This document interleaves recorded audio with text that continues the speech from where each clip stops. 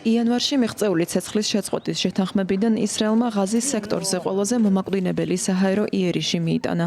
თავდასხმა სუმცირე 400 პალესტინელის სიცოცხლე ემსხვერპლა. დაშავდა 500-ზე მეტი. ისრაელის პრემიერ-მინისტრის ბენიამინ ნეთანიაჰუს თანახმად, მან თავდასხმის ბრძანება ჰამასთან ცეცხლის შეწყვეტის შესახებ მოლაპარაკებებში პროგრესის ნაკლებობის გამო გასცა.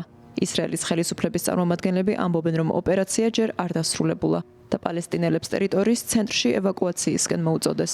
როგორც თეთრ სახლში აცხადებენ, თავდასხმის განხორციელებამდე მათ ისრაელთან კონსულტაციები ჰქონდათ და ამერიკის შეერთებული შტატები ბენიამინ ნეთანიაჰუს გადაწყვეტილებას უჭერს მხარს.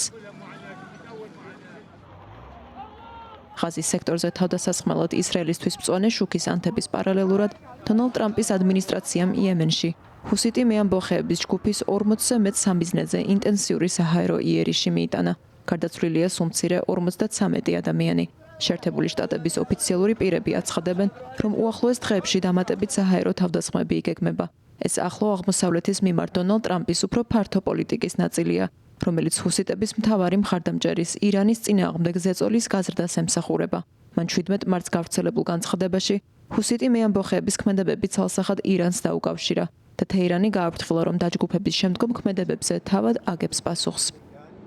დაე არავინ მოტყუდეს. იემენში დაფუძნებული ბოროტი მაფიოზების და აბაზაკების ჰუსიტების ასობით თავდასხმა ირანისგან მომდინარეობს. ჰუსიტების მხრიდან ნებისმიერ შემდგომ თავდასხმას დიდი ძალით ვუპასუხებთ და არ არსებობს არანაირი გარანტია, რომ ამაზე შევჭირდებით. ირანი თაღლითი ტერორისტების უდანაშაულო მსხვერპლის როლს თამაშობს.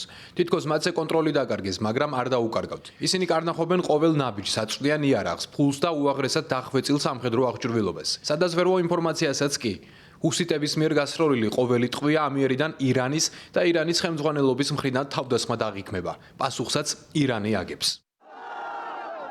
პასუხად ჰუსიტების ლიდერმა აბდულ მალიკ ალ-ჰუთიმ განაცხადა, რომ ამერიკის აგრესია ჯგუფს ვითარების ესკალაციისკენ უბიძგებს. კიდევ ერთხელ ვაფრთხილებთ ამერიკელებს, რომ ისრაელელი მტრის მხარდაჭერის მიზნით ჩვენი ქვეყნის წინააღმდეგ აგრესია გვაიძულებს ესკალაციას ესკალაციით დავუპირისპირდეთ. ამჟამად ამ აგრესიას სამხედრო გემებსა და ხომალდებზე თავდასხმით ვპასუხობთ, თუმცა აგრესიის გაგრძელების შემთხვევაში ჩვენ მეტად მწვავე ესკალაციის მეთოდებიც გვაქვს, რომელიც უფრო მტკივნეული იქნება. დონალდ ტრამპის ბოლოდროინდელი რიტორიკა მკაცრად გააკრიტიკა ირანის ელჩმაც გაეროში. მისი თქმით, ტრამპი და ამერიკის შეერთებული შტატების სხვა ოფიციალური პირები უგუნურ და პროვოკაციულ განცხადებებს აკეთებენ და აღნიშნა, რომ იმ შემთხვევაში თუ ეს სიტყვები ქმედებებად იქცა, ამერიკა საპასუხო ნაბიჯებს უნდა ელოდოს. საჰაერო თავდასხმები დაგმეს იემენის დედაქალაქ სანაში შეკრებილმა ჰუსიტების მხარდამჭერებმაც. საპროტესტო აქციაზე ამერიკის და ისრაელის საწინააღმდეგო შეძახილებთან ერთად იემენის და პალესტინის დროშებით მისული დემონსტრანტები სკანდირებდნენ: გამარჯვება ისლამს.